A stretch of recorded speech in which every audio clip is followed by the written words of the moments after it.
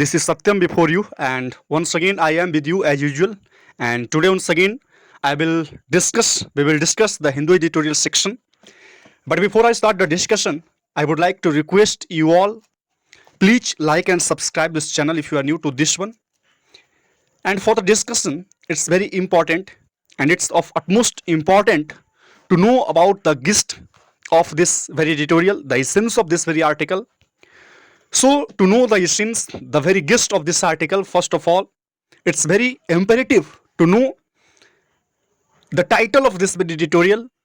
So, it's our duty to first of all move towards the title, and the title of this very editorial is A Status Beyond Faith on SC A Status Post Conversion.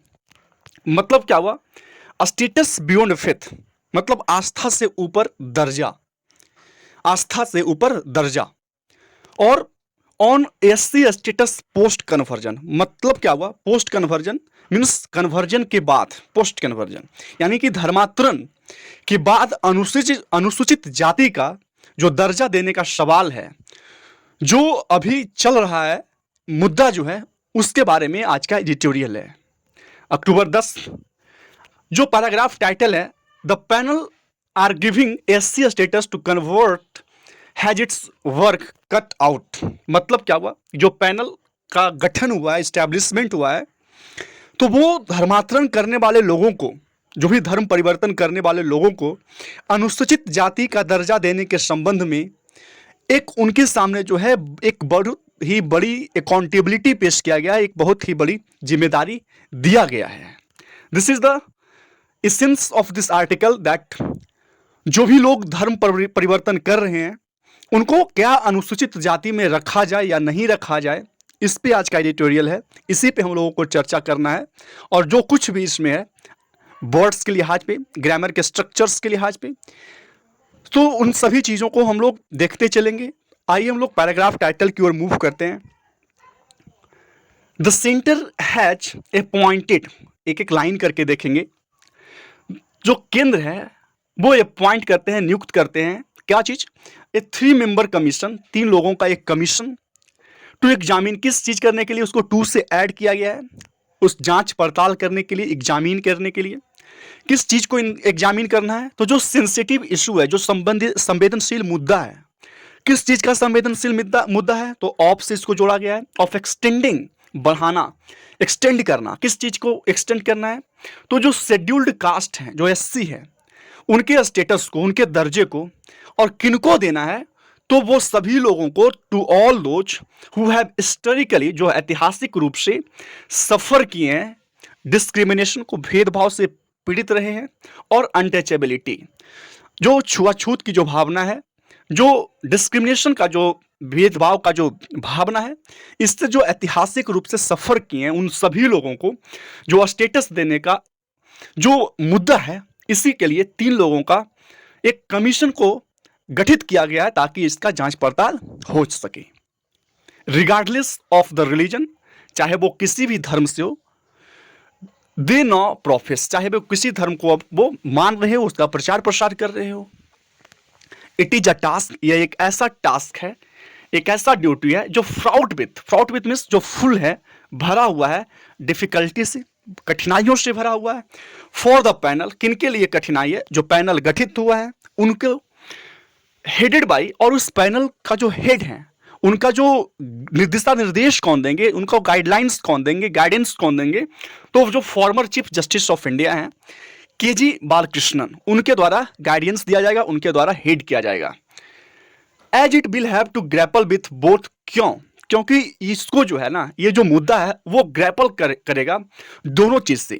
क्या चीज से? With social reality, जो सामाजिक हकीकतें हैं उससे, और क्या है? जो आइडियोलॉजिकल ऑब्जेक्शंस हैं, जो वैचारिक अवधारणाएं हैं, जो वैचारिक ऐतराज हैं लोगों का, उस दोनों चीज से ग्रैपल किया हुआ है।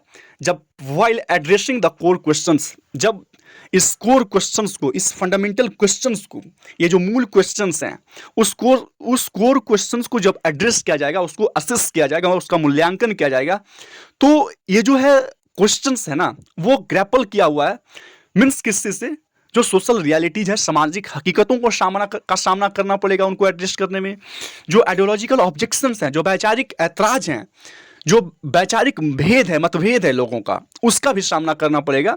सो जो ये टास्क है ना, वो बहुत ही क्या डिफिकल्ट है, बहुत ही कॉम्प्लेक्स है। नेक्स्ट स्लाइड की ओर मूव करते हैं। The government itself has described it as a seminal and historically complex sociological and constitutional question. जो गवर्नमेंट है हमारी, जो हमारी सरकार है, वो खुद इस सवाल को, इस मुद्दे को डिस्क्राइब किया, उसका वर्णन किया है। इट एज ए सेमिनल, कैसा सेमिनल है, मौलिक है, हिस्टोरिकली कॉम्प्लेक्स है, ऐतिहासिक रूप से बहुत ही जटिल है, बहुत सारी कॉम्प्लेक्सिटीज है इसमें, कॉम्प्लेक्स सोशियोलॉजिकल और कॉन्स्टिट्यूशनल क्वेश्चंस। ये जो मुद्दा है उसमें बहुत सारा सोशियोलॉजिकल मीन्स समाज के आधार पे, मीन्स समाज शास्त्रीय, और जो कॉन्स्टिट्यूशनल क्वेश्चंस इसमें मिला हुआ है, इससे भरा हुआ है। वैधानिक, कुछ संवैधानिक क्वेश्चंस हैं, कुछ संवैधानिक प्रश्न हैं, कुछ सोशियोलॉजिकल प्रश्न हैं। तो इसलिए जो गवर्नमेंट है इसको ऐसा डिस्क्राइब किया है। This is not the first time ये जो पैनल का गठन हुआ है, या इस पे बात विचार विमर्श करने का जो एक स्टार्ट हुआ है करना, वो एक पहली दफा नहीं हुआ है, बहुत बार ऐसा किया गया है। तो this is not the first time, ये पहली बार नहीं है कि जो इशू है has come up before the supreme court, कि ये सुप्रीम कोर्ट के सामने आया है, पहली बार नहीं है।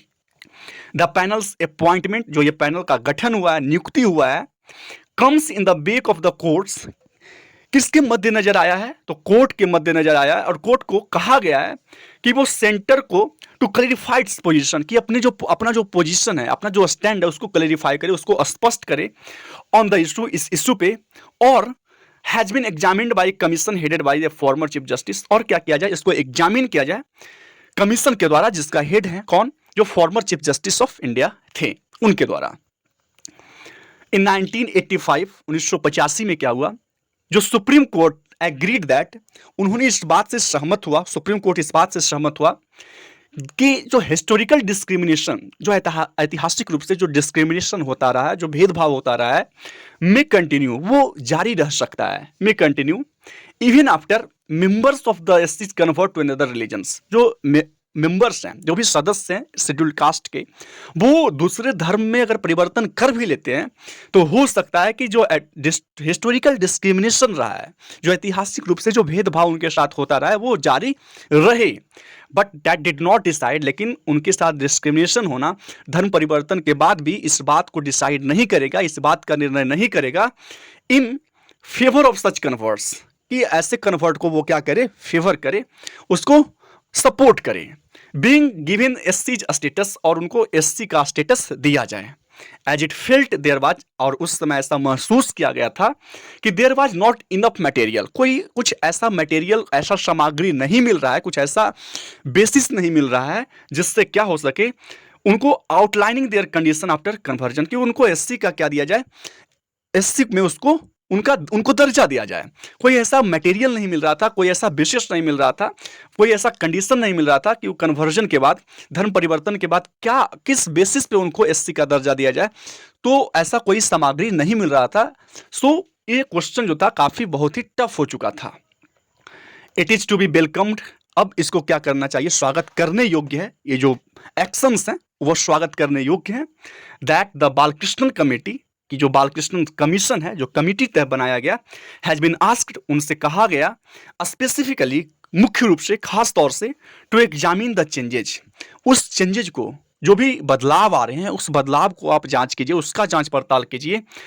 दैट दलित्स गो थ्रू, जो दलित उस बदलाव से गुजरते हैं, कब, आफ्टर कन्वर्जन के बाद, धर्म परिवर्तन के बाद, इन टर्म्स ऑफ देयर, और वो किस तरह के बदलाव, तो सोशल स्टेटस में क्या बदलाव होता है उनका, और द डिस्क्रिमिनेशन, और वो भेदभाव जो दे में फेस, जो वो धर्म परिवर्तन के बाद भी फेस कर सकते हैं, ये सारे बदलाव को वो स्पेसिफिकली क्या करे, जांच करे, असेस करे।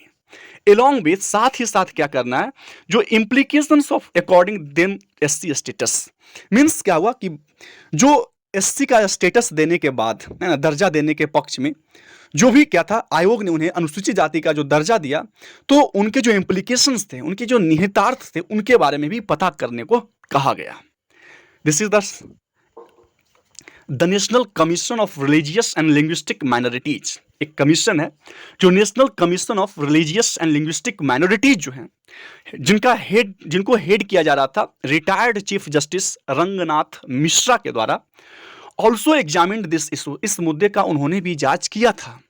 इन दिस रिपोर्ट 2007 में इसके रिपोर्ट के अनुसार the panel made a categorical recommendation, उन्होंने क्या किया था, स्पष्ट रूप से सिफारिश किया था इन फेवर ऑफ, किनके पक्ष में, किनके सपोर्ट में, of giving SC status to Dalit, कि जो दलित हैं उनको एससी का शेड्यूल कास्ट का स्टेटस जो है दर्जा दिया जाना चाहिए, उनको वो फेवर किए थे।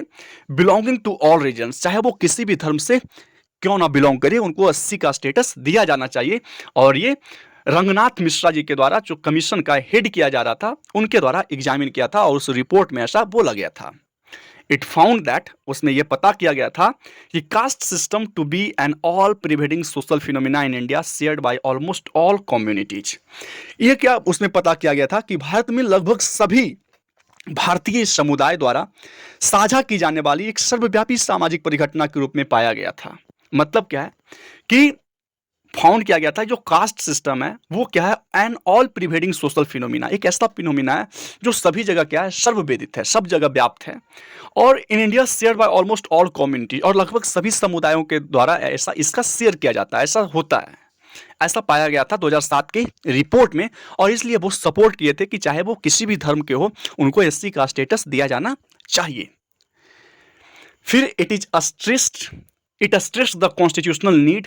अब उससे क्या हुआ, इस बात पे जोर दिया गया था कि कॉन्स्टिट्यूशनल नीड है, संवैधानिक जरूरत है, to eliminate the religion based discrimination, कि वो जो एलिमिनेट कर सके, हटा सके, रिमूव कर सके जो रिलीजन बेस्ड डिस्क्रिमिनेशन, धर्म के आधार पे जो डिस्क्रिमिनेशन होता है, जो भेदभाव होता है, उसको एलिमिनेट किया जा सके, इसका जरूरत है। Underlying the present policy of limiting SC status to those professing Hinduism, Sikhism और बुद्धिज्म।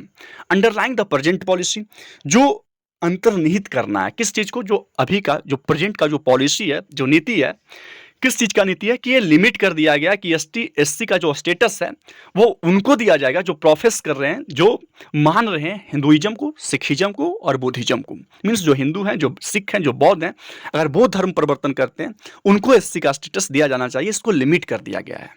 जबकि भाई द टेनेट्स, जो सिद्धांत है, जो प्रिंसिपल है, जो मत है of A religion may not allow discrimination, जो सिद्धांत है कि कोई भी रिलीजन में डिस्क्रिमिनेशन वो अलाउ नहीं करता है, किसी भी धर्म के आधार पर डिस्क्रिमिनेशन नहीं होना चाहिए। The ground reality was different, it said, उसमें कहा गया कि जो ग्राउंड रियलिटीज हैं, जो जमीनी हकीकतें हैं, वो काफ़ी डिफरेंट हैं। द मेन काउंटर व्यू, जो मेन काउंटर व्यूज था, उसको काउंटर करने का जो मत था, जो तर्क था, आर वेल नोन, वो बहुत ही अच्छी तरीके से पता है। डिस्क्रिमिनेशन एंड डिप्राइवेशन, जो डिस्क्रिमिनेशन है, जो भेदभाव है, और जो डिप्राइवेशन है, डिप्राइवेशन मीन्स किसी चीज़ से वंचित रखने की जो स्टेट है, जो एक्शन है, तो ये दोनों क्या है, being the consequence of cast based Hindu social order. ये क्या है, कंसिक्वेंस है, परिणाम है, किस चीज़ का परिणाम है, तो जो consequences of the caste based Hindu social order, जो caste based Hindu social order है, इसका ये परिणाम है, डिस्क्रिमिनेशन और deprivation. SC status should not be extended to those, तो जो एससी का जो स्टेटस है, एससी का जो दर्जा है, उसको एक्सटेंड नहीं करना चाहिए, उसको बढ़ाना नहीं चाहिए। To those who have converted to Christianity, उनके लिए जो कन्वर्ट हो चुके हैं, जो अपना धर्म परिवर्तन कर चुके हैं क्रिश्चियनिटी में एंड इस्लाम में, and benefits involve may be seen as an incentive to mass conversion, और जो बेनिफिट्स है, जो लाभ हैं इन्वॉल्व्ड में भी, इसमें जो इन्वॉल्व्ड हैं में बी सीन एज, और उसको ऐसा जो बेनिफिट्स है जो इसमें इन्वॉल्व्ड हैं, उसको ऐसा देखना चाहिए, उसको ऐसा देखा जाना चाहिए एक इंसेंटिव के तौर पे to mass conversion. The next slide, another objection, दूसरी तरह की जो ऐतराजें हैं इसमें, इज दैट, वह ये है कि शेयर ऑफ द रिजर्वेशन पाई, जो भी हिस्सा है रिजर्वेशन का, वो अवेलेबल है, जो दलित को अवेलेबल है, जो जितने भी हिस्सा रिजर्वेशन का दलित को जो अवेलेबल है एमंग हिंदू, खास करके किसमें, जो हिंदू में श्रिंक, वो क्या हो सकता है, जो हिस्सा है वो सिकुड़ सकता है, वो कम हो सकता है, कॉन्ट्रैक्ट हो सकता है। कब, if new sections are included, अगर न्यू सेक्शंस के कुछ नए वर्गों को उसमें इंक्लूड कर लिया जाता है, तो उनका जो हिस्सा है कहीं ना कहीं उसमें श्रिंक जो है आएगा, उसमें कंट्रैक्शन आएगा। There is no creamy layer concept for SC reservation, SC reservation के लिए कोई भी क्रीमी लेयर का कंसेप्ट नहीं है। और एक्सपैंडिंग इट्स स्कोप, और इसके स्कोप को एक्सपैंड करना may be to the disadvantage of the current beneficiary. जो इसके करेंट बेनिफिशियरीज हैं, जो अभी फिलहाल जो लाभार्थी हैं, उनके लिए क्या हो सकता है, ये एक्सपैंड करने का स्कोप काफ़ी डिसएडवांटेज हो सकता है उनके लिए। The commission will have to come up, commission को क्या है, जो गठन किया गया है पैनल, उसको क्या करना होगा, come up with A definitive study of this complex issue. ये जो कॉम्प्लेक्स इशू है, ये जो जटिल समस्या है, वो उनको लेकर एक डेफिनेटिव स्टडी, बहुत ही गहरी, बहुत ही प्रोफाउंड स्टडी करना होगा और उस स्टडी के साथ आना होगा, ताकि ऐसे मुद्दे को जो डिस्क्रिमिनेशन पे बेस्ड हो, जो सामाजिक कॉम्प्लेक्सिटीज पे बेस्ड हो, जो डिप्राइवेशन पे बेस्ड हो, जो डिस्क्रिमिनेशन पे बेस्ड हो, तो वैसे मुद्दे को सुलझाने के लिए ऐसे जो कॉम्प्लेक्स भी है, जो सेंसिटिव भी है, वो वैसे मुद्दे को सुलझाने के लिए कहीं ना कहीं क्या करना होगा, प्रोफाउंडली उसको जांच पड़ताल करना होगा, ज़मीनी हकीकतों से रूबरू होना पड़ेगा, ज़मीनी हकीकतों से अपने आप को देखना होगा कि क्या ज़मीनी हकीकतें हैं और कहाँ कहाँ ऐतराज़ हैं, कहाँ कहाँ मतभेद है, तभी इस ऐसे कॉम्प्लेक्स, ऐसे सेंसिटिव इशू को सुलझाया जा सकता है। So this is the end of this very article, और आशा करते हैं कि ये आर्टिकल जो है आपको समझ में आया होगा। तब तक फिर हम लोग कल मिलते हैं। Once again I would like to request you all, please like and subscribe this channel if you are new to this one, and now I would like to say that please share this video as far as it's possible. Thank you, have a nice day, bye bye all of you। फिर कल मिलते हैं शेमक में, bye.